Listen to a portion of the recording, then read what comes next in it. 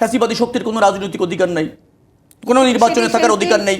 ফ্যাসিবাদ এবং মববাদ দুটোই হচ্ছে রাষ্ট্রের জন্য ভয়ঙ্কর, জনগণের জন্য ক্ষতিকর। আতিকুর রহমান যেটি বলছেন যে জামায়াতে ইসলামী আসলে এই মুহূর্তে সবচেয়ে নিয়ন্ত্রিত সংগঠন এবং তারা আসলে এই ধরনের ঘটনাকে কোনোভাবেই সমর্থন করেন না। তার মানে আসলে যারা এই ধরনের ঘটনাগুলো ঘটাচ্ছেন তাদের তো নিশ্চয়ই এটি সুপরিকল্পিত ষড়যন্ত্রের অংশ। এখানে তো এই ঘটনাগুলোকে বিচ্ছিন্ন ঘটনা বলে উড়িয়ে দেওয়ার সুযোগ নেই।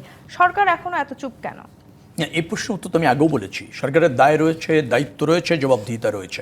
সমস্যাটা হচ্ছে জবাবদিহিতা তারা মনে করছে না, যার ফলে আমি প্রায়ই বলি অন্তর্বর্তীকালীন সংকটকালীন সরকার কোনো সরকার না, এটা হচ্ছে সংকটের মধ্যে বেঁচে থাকার চেষ্টা মাত্র। সংকট উত্তরণের জন্য একটা নির্বাচিত সরকার প্রতিষ্ঠাকার প্রাথমিক আপনার পরিত্রাণ মাত্র, এছাড়া আর কোনো উপায় নেই। এটা সরকার নয়।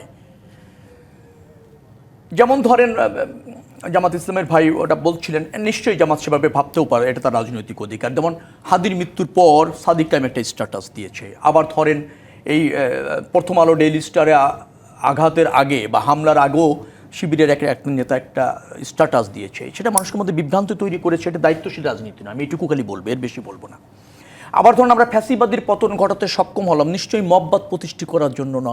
ফ্যাসিবাদ এবং মববাদ দুটোই হচ্ছে রাষ্ট্রের জন্য ভয়ঙ্কর, জনগণের জন্য ক্ষতিকর।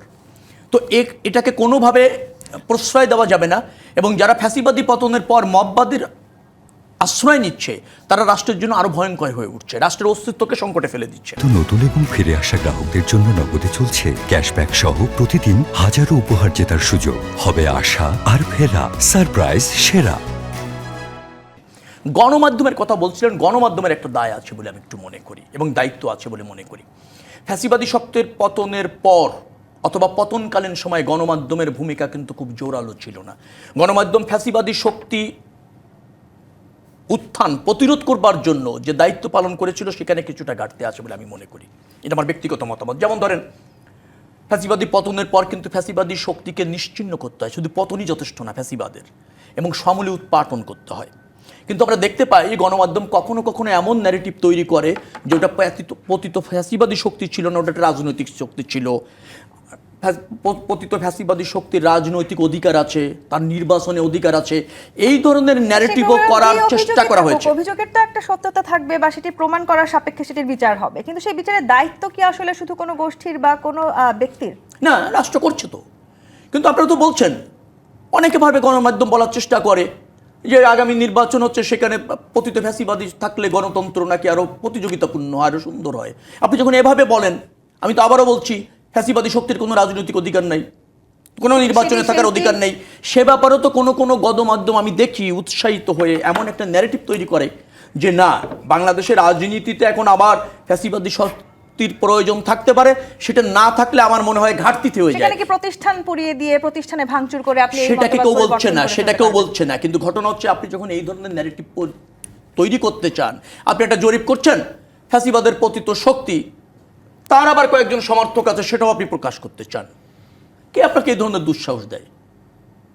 আপনি মনে করেন হ্যাঁ আওয়ামী লীগ পতিত ফ্যাসিবাদী শক্তি, সে ট্রায়াল ফেস করে এসে ইনোসেন্ট হলে অবশ্যই রাজনীতি করবে, রাষ্ট্রই তাকে রাজনীতি করার সুযোগ দেবে, বিচার বিভাগই তাকে রাজনীতি করার সুযোগ দেবে। কিন্তু আপনারা এভাবেও কিন্তু এই যে যারা ফ্যাসিবাদীর পতনের ঐক্যবদ্ধ শক্তিকে ডাইভার্ট করা হচ্ছে, অথবা ধরেন ফ্যাসিবাদী শক্তিকে উৎসাহিত করা হচ্ছে অনৈক্য তৈরির ক্ষেত্রে অথবা শঙ্কা তৈরি হওয়ার ক্ষেত্রে জাতির জন্য, ফ্যাসিবাদের বিরুদ্ধে যারা জীবন দিয়েছে তারা তো নিশ্চয়ই বাংলাদেশের ফ্যাসিবাদ দেখতে চায় না। এখন আপনি যদি এরকম একটা ন্যারেটিভ তৈরি হয়ে যায় যে না ফ্যাসিবাদী শক্তি ফিরে আসছে, তারা দানব হয়ে আসছে, তাদের অধিকার আছে, তাহলে তারা উৎসাহিত হয়। এবং যখন তারা উৎসাহিত হয় তাহলে হচ্ছে বিজয়ী শক্তি যারা আছে তারা শঙ্কায় থাকে, আতঙ্কে থাকে, তারাও কোনো সময় বিভ্রান্ত হয় এবং আইন হাতে তুলে নিতে উৎসাহিত হয়। এই জায়গায় কিন্তু একটা ভারসাম্যপূর্ণ দায়িত্ব পালন করতে হবে। সেখানেই প্রশ্নটা যে আইন হাতে তুলে নেওয়ার তো আসলে সুযোগ নেই আমাদের সামনে।